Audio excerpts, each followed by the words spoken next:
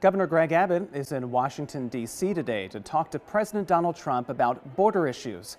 Ahead of Trump's return to the White House, though, whispers could be heard at the Texas Capitol that perhaps state leaders would scale back the money and the manpower pumped into their border security efforts. However, there is no sign of changing course, based on some new reporting today from the Texas Tribune. One of the reporters who looked deeper into the state's proposed budget is Jasper Scherer, a politics reporter for the Tribune. Jasper, welcome back, and thanks again for being with us. Mark, thanks for having me. I want to start talking about the budget that's on the table at this point. What does that proposal show at the Capitol about the investment that they would like to make into border security efforts?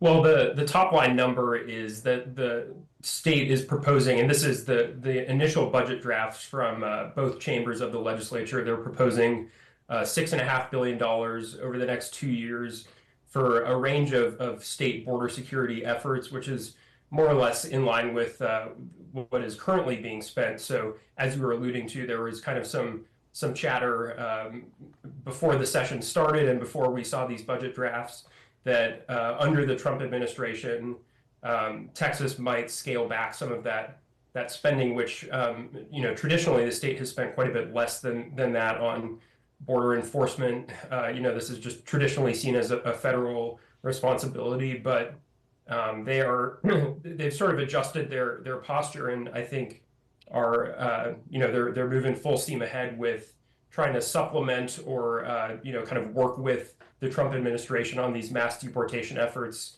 and whatnot. So, but also I think there are a lot of details that are yet to be determined. We don't know exactly how that $6.5 billion would be spent. I think Governor Abbott and some other state folks are waiting to see as the Trump administration's policies start coming into focus, just exactly what the state's involvement will be. Those will be numbers that we definitely want to keep tracking for sure. But are there any kinds of calls happening right now at the Capitol to potentially cut back on what the state is spending on the border? I think there is some opposition, certainly from Democrats, especially folks who want to see more of that money go towards things like teacher pay raises, which Republican leaders are also prioritizing.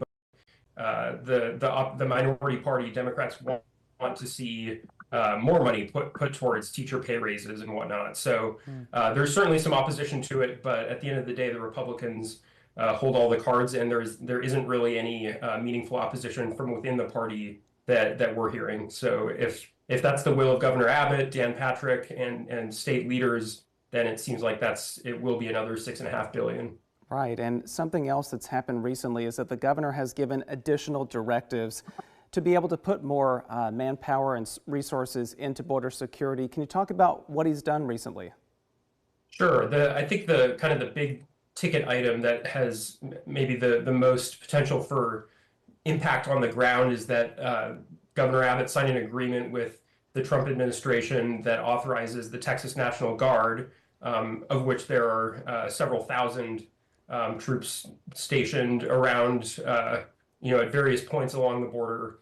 He signed an agreement with the feds to more or less deputize those soldiers and allow them to make immigration arrests. There are some limits on that. They have to be, in contact with federal officials while they're making the arrest. But that's still a really meaningful change, just in the sense that, again, this is just something that typically is done by Border Patrol, by federal authorities. So that's a big change. And then also I should note that there is legislation on the table that,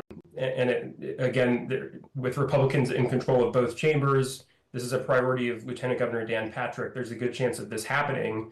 The proposal is to basically require local law enforcement, police departments, et cetera, to assist with the federal government's deportation efforts. So this is sort of almost similar to an anti-sanctuary cities thing, but that has not been implemented yet, but it's on the table for the current session, and we'll see if lawmakers get it done before the session ends. Yeah, early days in the session, but so much more to follow. Thank you for this update, though, Jasper. We appreciate that, and I'm sure we'll talk again soon.